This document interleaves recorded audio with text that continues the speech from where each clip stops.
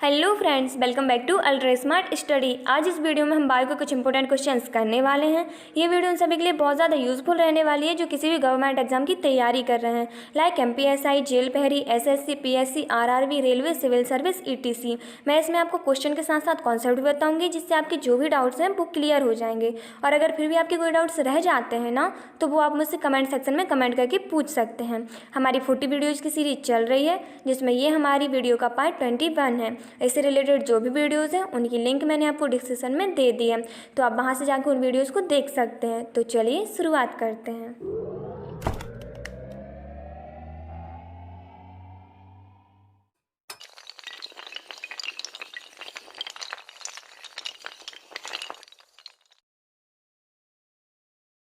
Okay friends, 301 question आपकी screen पर ये रहा। जब 2 kg वाले द्रव्यमान पर 5 न्यूटन का बल लगाया जाता है तो उत्पन्न होने वाला त्वरण होगा।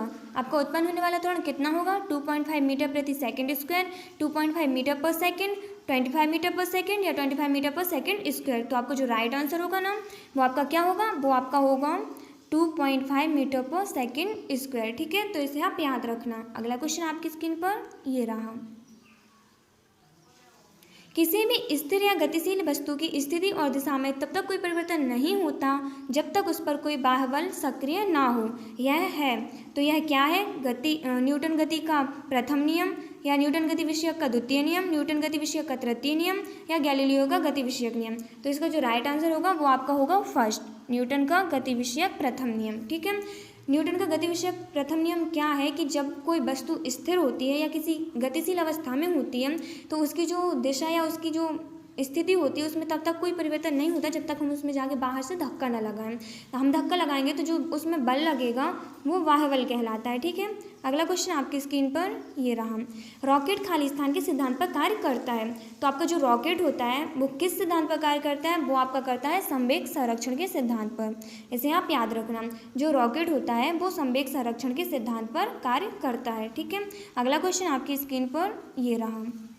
अश्व यदि एकाएक चलना प्रारंभ कर दे तो अश्वारोही के गिरने की आशंका का कारण है।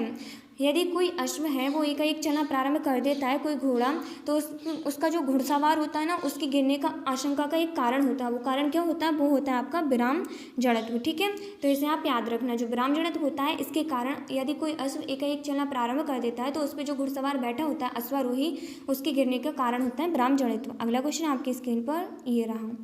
चलती हुई बस जब अचानक ब्रेक लगाती है तो उसमें बैठे हुए यात्री आगे की दिशा में गिरते हैं। इसको किसके द्वारा समझाया जा सकता है? तो इसका जो करेक्ट आंसर होगा वो क्या होगा आपका? इसका करेक्ट आंसर होगा न्यूटन का पहला नियम।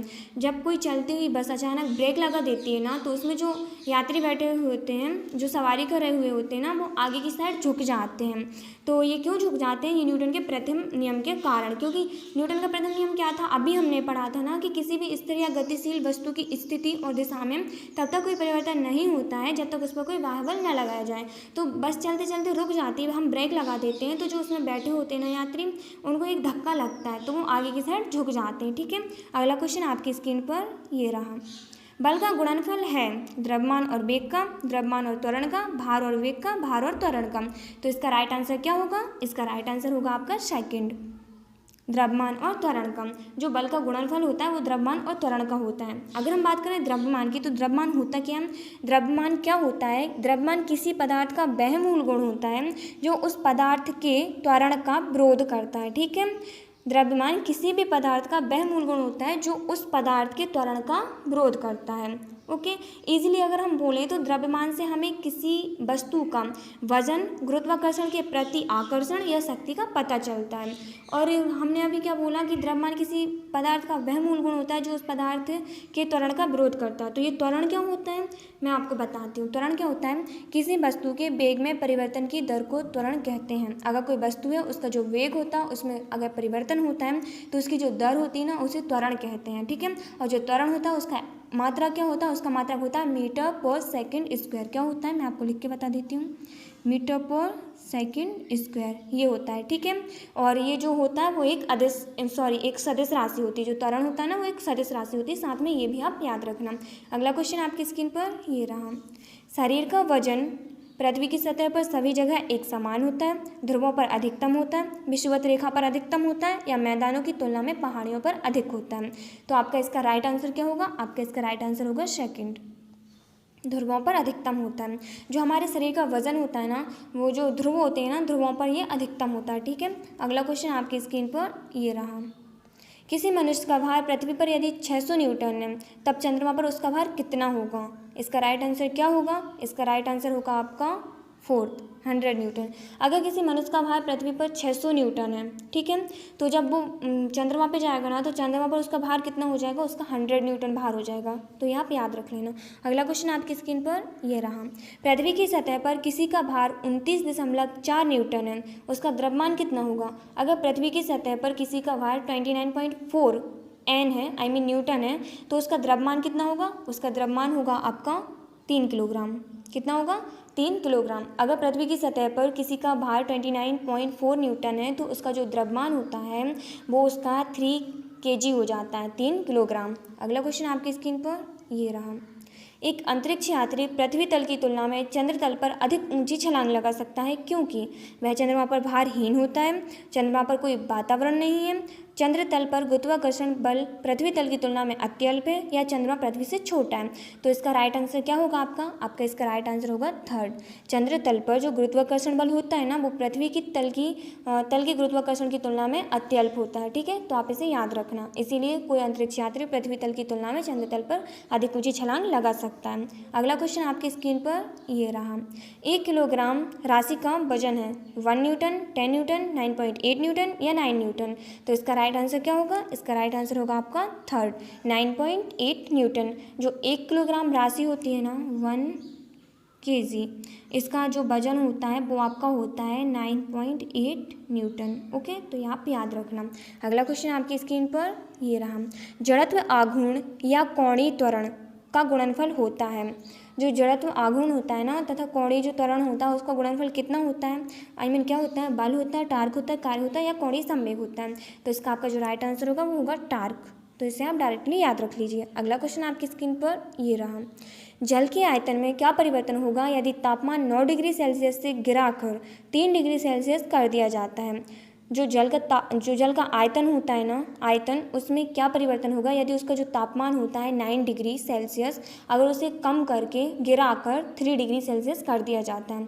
तो क्या होता है? आयतन में कोई परिवर्तन नहीं होगा। आयतन पहले बढ़ेगा और बाद में घटेगा, आयतन पहले घटेगा और बाद में बढ़ेगा, या पानी जम जाएगा।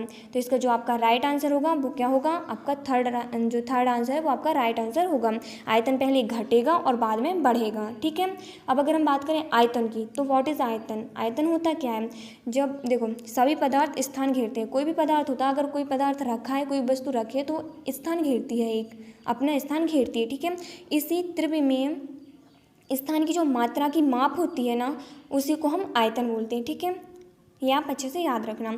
ये त्रिविमीय और एक विमीय और जो द्विविमीय आकृतियाँ होती हैं ना, उनका जो आयतन होता है वो शून्य होता है। जैसे आपका त्रिभुज हो गया, ठीक है, और जैसे आपका वर्ग हो गया, चतुर्भुज हो गया, वेग, इन सब की जो आयतन होता है ना, ये क्या होता है? इनका आयतन शून्य होता है, क्योंकि ये एक विमीय और द्विविमीय, इन दोनों की आकृतियों का जो आयतन होता है वो शून्य होता है। लेकिन जो त्रिविमीय स्थान घेरती हैं, कोई वस्तु, कोई भी पदार्थ, तो जो त्रिविमीय स्थान की मात्रा की माप होती है ना, उसे हम आयतन कहते हैं। ठीक है, अगला क्वेश्चन आपकी स्क्रीन पर ये रहा।